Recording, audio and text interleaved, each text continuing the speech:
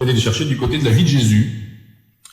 Parce que Spinoza parle de Jésus, ne remet pas du tout en cause l'existence historique de Jésus, il n'en est pas là, mais il remet en cause évidemment le fait qu'il puisse être le Messie, le Fils de Dieu et Dieu incarné sur terre. Évidemment, ça procède pour lui des billevesées et des choses extravagantes. Donc Jésus existe, mais comme Confucius ou comme Bouddha ou comme Socrate, ce sont des individus qui ont existé bien sûr, mais qui ont incarné ici et maintenant sur terre un idéal de justice et de sagesse, et c'est ça finalement qu'il faut aller voir. Ce qui est intéressant chez Jésus, c'est pas le fait qu'il soit le prophète, c'est pas le fait qu'il annonce Dieu ou le règne de Dieu sur terre, c'est le fait qu'il ait été un sage ayant proposé un certain nombre de valeurs, une espèce de morale évangélique dans laquelle on retrouve le souci d'un Érasme, souvenez-vous. Hein.